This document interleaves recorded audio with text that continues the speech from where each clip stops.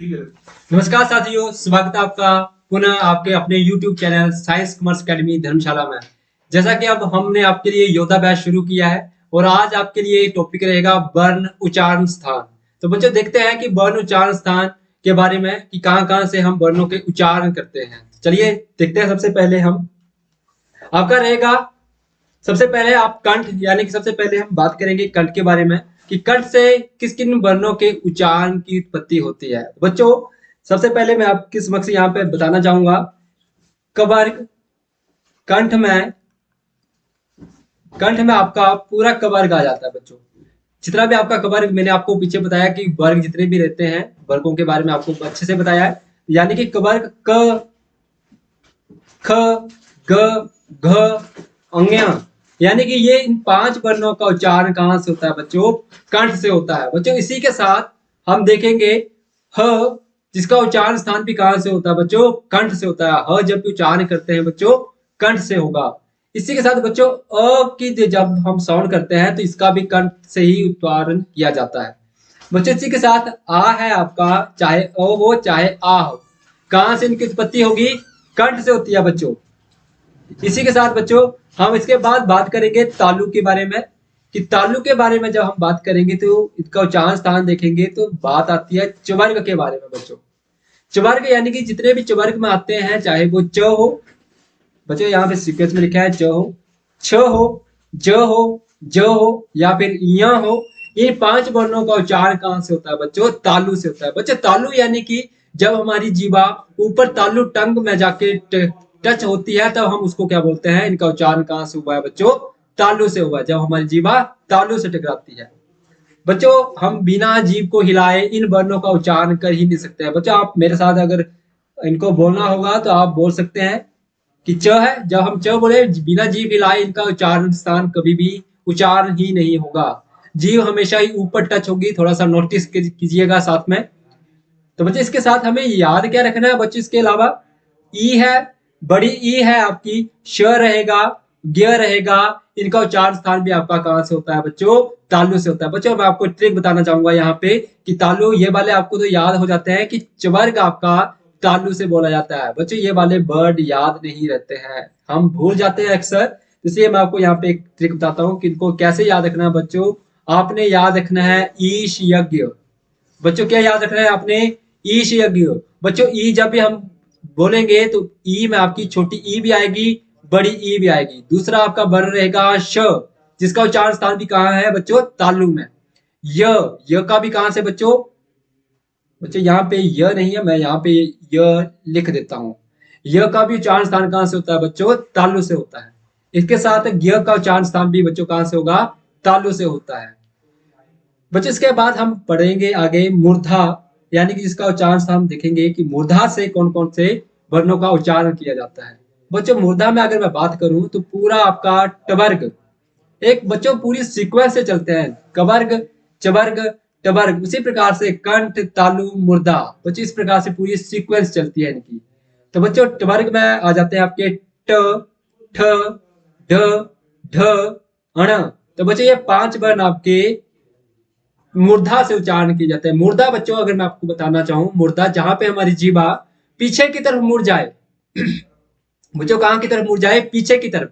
तालु में टकराने के, तालु के थोड़े से पीछे टकराने के बाद ये पीछे की तरफ मुड़ जाए तब हम उनका उच्चारण कहां बोलते हैं कि इनका उच्चारण कहां से हुआ है?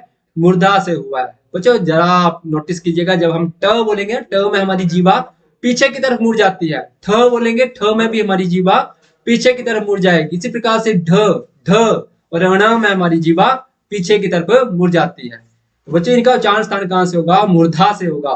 बच्चों इसके साथ में अगर आपको बताना चाहूं, ये वाले जो आपके वर्ण रहेंगे इनका उच्चारण कहां से किया जाएगा? बच्चों इनका उच्चारण किया जाएगा मूर्धा से किया जाता है। ट्रिक बताना चाहूंगा यहाँ पर भी। आपने एक वर्ड याद रखना है बच्चों, ऋषि। तो ऋषि के लिए जब भी आपको याद रखना है तो ऋषि इस प्रकार से याद रखना है कि इस प्रकार से, तो जहां पे ऋषि, एक वर्ड याद रखना, षटकोण वाला श रहेगा ऋषि। जहां पे ऋषि में री भी आता है, ऋषि में र की भी साउंड आती है, षटकोण वाले श की भी साउंड आती है। तो ऋषि आपका यहाँ पे देखते हैं र भी आया है, षटकोण वाला श भी, और री भी आपका यहाँ पे पाया जाता है। तो यानी कि मूर्धा में एक वर्ड याद रखेंगे ऋषि, इसके साथ आप वर्ग याद रखेंगे। वर्ग कौन सा? त्वर्ग। अब इसके बाद है बच्चों हमारे पास दंत। बच्चों मैं आपको बताना चाहूंगा दंत में हम पूरा का पूरा त्वर्ग पढ़ते हैं। जितना भी त्वर्ग में जितने भी आपके वर्ण पाए जाते हैं, 5 वर्ण पाए जाते हैं, उनका उच्चारण कहाँ से होता है बच्चों? दंत से होता है बच्चों। दंत यानी कि जब हमारी जीवा दांतों से टकराती है तब उनका उच्चारण जहां होता है वो उसे हम क्या बोलते हैं? दंत बोलते हैं बच्चों। त बोलेंगे हमारी जीवा कहाँ टकराएगी? दंत से टकराती है। थ बोलेंगे तब भी हमारी जीवा कहाँ टकराती है? दंत से टकराती है बच्चों। द बोलेंगे तब भी हमारी जीवा कहाँ टकराती है बच्चों? दंत से टकराती है। ध न बच्चों साथ साथ में प्रयास कीजिएगा तभी ये याद हो पाएंगे, अदरवाइज ये याद आपको नहीं हो पाएंगे। तो बच्चों पूरा का पूरा त्वर्ग आपका कहां से उच्चारण किया जाता है? दंत से किया जाता है बच्चों। इसके साथ हम साथ में याद रखिएगा बच्चों ल तथा स। बच्चों ल तथा स भी आपके क्या रहेंगे? आपके दंत से ही उच्चारित किए जाते हैं बच्चों। इसके बाद हम बात करेंगे औष्ठ से। औष्ठ से यानी कि जहां पे हम अपने ओंठों से जहां जिनका उच्चारण करते हो, बिना ओंठ हिलाए हम जिनका उच्चारण ही ना कर पाए, उन्हें हम क्या बोलते हैं? औष्ठ उच्चारित वर्ण बोलते हैं बच्चों। आप देखो यहाँ पे मैं पूरा आपके समक्ष पूरा का पूरा प्रवर्ग रखना चाहूंगा। प्रवर्ग में भी कितने वर्ण आते हैं बच्चों? 5 बातें हैं, जैसे प, फ, भ, भ और म। बच्चों ये 5 है आपके वर्ण है जिनका उच्चारण कहां से होता है? औष्ठ से होता है। जैसे बच्चों प बोलेंगे ना, प में हमारे होंठ आपस में मिलते हैं, फ, भ, भ और म। बच्चों इसके साथ ही हमें क्या याद रखना है बच्चों एग्जाम की दृष्टि से? ऊ तथा बड़ा ऊ। जब हम ऊ बोलते हैं तो हमारे मुंह की शेप थोड़ी सी राउंड में आ जाती है, राउंड सर्कल्स में आ जाती है। तो यानी कि हम उसमें भी हम देखते हैं कि उनका उच्चारण कहां से किया जाता है बच्चों? औष्ठ से किया जाता है। तो बच्चों यहाँ पे ध्यान रखिएगा ये भी आपके कहां से किए जाते हैं? औष्ठ। साथ साथ में प्रयास कीजिएगा बच्चों। इसके बाद बच्चों हम देखेंगे ये आपके बिल्कुल आसान रहते हैं, कंठ, तालु, मूर्धा, दंत तथा औष्ठ। ये बिल्कुल एक सीक्वेंस में चलते हैं जिस प्रकार से आपके कवर्ग, चवर्ग, टवर्ग, त्वर्ग तथा पवर्ग चलते हैं। याद करने के लिए आपको बस इतना सा है कि इनमें याद सिर्फ आपने ह, अह, अ या फिर आ याद रखना है। इसके बाद हम चलते हैं बच्चों कंठ तालु की ओर कि कंठ तालु से किन किन वर्णों का उच्चारण किया जाता है बच्चों। कंठ तालु अभी यहाँ पे आपने कोई भी वर्ण या आपको याद करने की जरूरत नहीं पड़ेगी। मैं आपको एक तरीके से बताऊंगा कि किस प्रकार से आपको याद करने हैं बच्चों। मैंने आपको बताया था कि ए आपका किस प्रकार से बनता है। तो मैंने आपको जब हमने शिव स्वर पढ़ा था तब मैंने आपको बताया था जब भी अ या आ में ई या फिर बड़ी ई प्लस करते हैं तब हम ए का निर्माण करते हैं बच्चों। किसका निर्माण करते हैं? ए का निर्माण करते हैं बच्चों। देखो मैंने अभी बताया आपको ऊपर कंठ, अ का उच्चारण कहां से किया जाता है? कंठ से किया जाता है बच्चों। कहां से किया जाता है?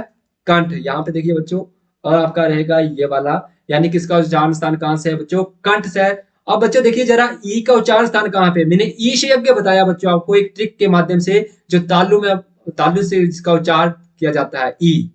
तो बच्चों इसका उच्चारण कहां से हुआ? तालु। तो बच्चों याद करने की यहाँ पे बिल्कुल जरूरत नहीं पड़ेगी, आप ऐसे निकालोगे अगर आपने अच्छे से शिव स्वर पढ़े हैं। बच्चों देखो इन दोनों को जोड़ेंगे तो क्या बनेगा? कंठ तालु। तो ए का उच्चारण स्थान कहां से हुआ बच्चों? कंठ तालु से हुआ। इसी प्रकार से ए, बड़ी ए का उच्चारण देखो किस प्रकार से बनती है बड़ी ए।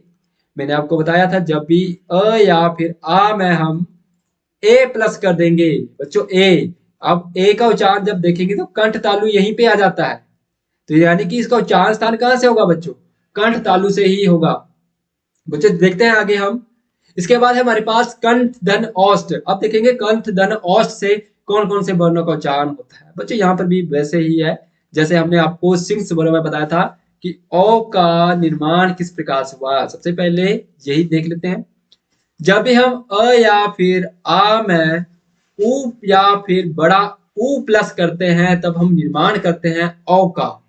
तो बच्चों जब भी हम देखते हैं अ, मैंने अभी पीछे बताया कि कहां से उच्चारण होता है? कंठ से।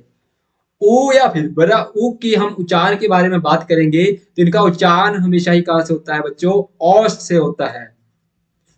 तो जब इनको जोड़ेंगे बच्चों तो क्या बन जाएगा हमारे पास? कंठोष्ठ। बच्चों क्या बन जाएगा? कंठोष्ठ बन जाएगा। तो ये ध्यान रखिएगा इनका उच्चारण स्थान कहां से हुआ? कंठोष्ठ से होगा, दोनों का इनका कंठोष्ठ। इसके बाद है बच्चों क्ष। इसका उच्चारण स्थान आपको पूछा जाएगा एग्जाम में कि इसका क्ष का उच्चारण स्थान कहां से होता है। तो बच्चों क्ष का उच्चारण स्थान हमेशा ही याद रखिएगा। इसको भी हम तोड़ लेते हैं क धन षटकोण वाले श से। तब जाके हम श का निर्माण करते हैं। तो बच्चों क आपका कंठ से आया, षटकोण वाला श आपको मैंने बताया था ऋषि, ऋषि शब्द आपको याद करवाया, जिसका उच्चारण स्थान होता है मूर्धा से, तो यानी कि ये वाला आपका मूर्धा से आया। बच्चों कहां से आया? मूर्धा से आया, तो यानी कि कंठ धन मूर्धा किस कहां से उच्चारण किया जाता है? क्ष ध्वनि का उच्चारण कंठ मूर्धा से किया जाता है। इसके बाद बच्चों त्र है, इसका भी हम विच्छेद कर लेंगे। पहले मैंने आपको बताया है कि विच्छेद किस प्रकार से करना है। तो त्र का हम करेंगे त धन र, त आपका दंत से बोला जाता है, ऋषि में हम र भी पढ़ते हैं, तो ऋषि में ये वाला आपका मूर्धा से आ जाएगा। तो बच्चों दंत मूर्धा से त्र का उच्चारण किया जाता है। इसी प्रकार बच्चों श्रवण वाला श्र जब हम देखेंगे तो श धन र, श्र का हम देखेंगे श धन र। तो ईश यज्ञ बच्चों तालु, ईश यज्ञ जब मैंने बताया था तो ईश यज्ञ तालु से उच्चारित किया जाता है, श षटकोण ये वाला शलगम वाला। इसके बाद है आपके पास र, र यानी कि अभी फिर से आया मूर्धा, तो इसका उच्चारण कहां से किया जाता है बच्चों? मूर्धा से किया जाता है। तो श्र तालु और मूर्धा से उच्चारित किया जाता है। बच्चों यहाँ पे एक आपके समक्ष में रखना चाहूं, व वर्ण का, इसका उच्चारण कहां से किया जाता है बच्चों? ध्यान रखिएगा, व का उच्चारण स्थान कहां से किया जाता है बच्चों? दंतोस्त से किया जाता है। बच्चों कहां से किया जाता है? दंतोस्त से। याद रखिएगा बच्चों, इसको सबसे ज्यादा बार पूछा जाता है कि ये कहां से उच्चारित किया जाता है, तो वो आपका दंतोष्ठ से किया जाता है। जब हमारी जीवा निचले वाले दंत से टकराती है, यानी कि दंत आ गया, साथ में हमारे होंठों का भी जहां पे इस्तेमाल किया जाता हो, उसका उच्चारण हम कहां से करते हैं? दंतोष्ठ से करते हैं। वो एक ही है, वो कौन सा है बच्चों? वह है। इसके बाद बच्चों है हमारे पास नासिका वर्ण। कौन से होते हैं नासिका वर्ण? यानी कि जो नाक की सहायता से बोले जाते हैं बच्चों, नाक की सहायता से। जैसे बच्चों देखो यहाँ पे अंग है, अंगा बोलते हैं इसको। जैसे बच्चों अंग यानी कि साउंड कहां से आती है? नाक से आएगी बच्चों। यहाँ अंग बोलेंगे ना बच्चों, नाक से आएगी। अंग्या बोलेंगे बच्चों, अंग्या होता है अंग्या, जब नाक में भी थोड़ा सा साउंड पड़ता है। साथ में ये कंठ से तो है बच्चों, कंठ से बोला जाता है, क ख ग घ, अंग्या बोलते हैं बच्चों, अंग्या होगा तो इसकी नाक पे साउंड पड़ती है। इसके बाद है बच्चों इया, इया बोलेंगे बच्चों, इया बोलेंगे, वहां पर भी नाक में थोड़ी सी साउंड आती है। साथ में ये तालु से बोला जाता है। इसी प्रकार से अण बच्चों, अण में भी अण बोलेंगे बच्चों, नाक पे थोड़ा सा जोर पड़ता है, जिस कारण से इसका नासिकाय वर्ण भी बोलते हैं। न है बच्चों, न जब भी हम बोलते हैं उच्चारित करते हैं, तो न का भी हम उच्चारण नाक की सहायता से करते हैं।